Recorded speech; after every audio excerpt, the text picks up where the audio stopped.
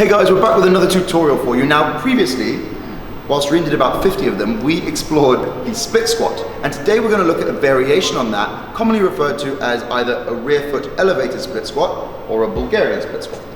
Now, there are a couple of ways you can do this.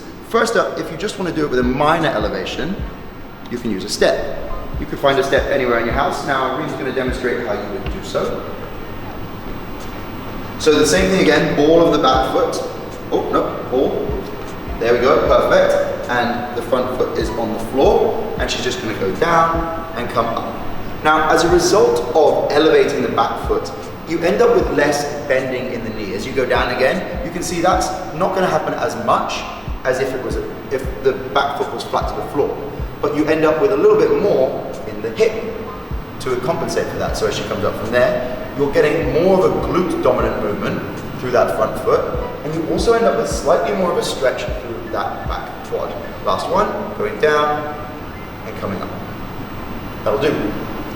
All of the same principles we discussed previously apply. The only difference is we're amending the bias of it by elevating the back foot with regards to the front foot. Now, that's if you want to use a step, and if you want to increase things even more, you can use a higher surface. Now, for most of you at home, this will be a sofa.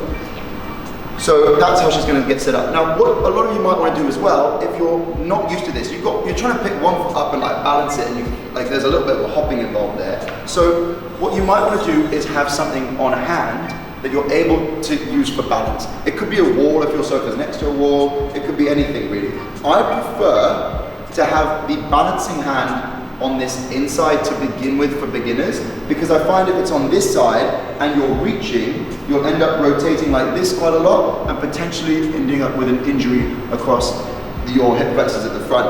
As you get more advanced, people might have it on this hand because they want to hold a very heavy dumbbell here if you're watching videos online. But if you're new to this, I prefer it being on this side because you're not going to get much issue from turning this way to support yourself, whereas the other way could end up causing quite a big stretch through here, especially if you've been sat down at home while you're on the sofa. So, from here, Reen is going to go down into a split squat, probably going to keep her laces on the bench, but you can see, right, we need to work on this a little bit because her knee is falling a lot forward. So, the weight, I still want it to be slightly more towards the heel, and as you come down, there we go, that's a much nicer split squat angle. So, from here, she's going to go down again, and up. Right, so, just quickly note, let's get this out of the way so you can see better. With this movement at the moment, can you do one more for me? There's quite a lot of bend in the knee, and whilst it's still quite hip dominant and glute dominant, it's a much more pushing motion than levered motion. What she can do to increase that even more is really stop this knee from coming forwards and hinge that upper body a lot more. Now, the hip is doing almost all of the work, and the knee or quad is doing much less. Can you feel that stretch through your glute? Nice. Maybe no need to stay quite as extended, yeah, through the spine, that's it, much better, much more neutral, and up. Good. So basically, as a rule of thumb, the less this knee travels forward, and the more tilt you have going on through your upper body, the more you're going to isolate that back glute. And again, same as before. Quick break. If you want to maybe go left foot forward now, just for your balance. Good. Okay, cool. So if you want to load it, here's a couple of things to keep in mind. So let's start with the neutral one where you're just going up and down with the quad. Yeah, nice. She's just focusing on keeping this dumbbell nice and close. Go down and up, because we want that nice distance in the leverage over the knee. And one more, and up. Now, relative to this knee, if we're trying to load the glute, we just want this dumbbell to feel like it's being held over this front foot. Come down, and she's going to keep the dumbbell slightly further away, targeting the ankle, and then come up.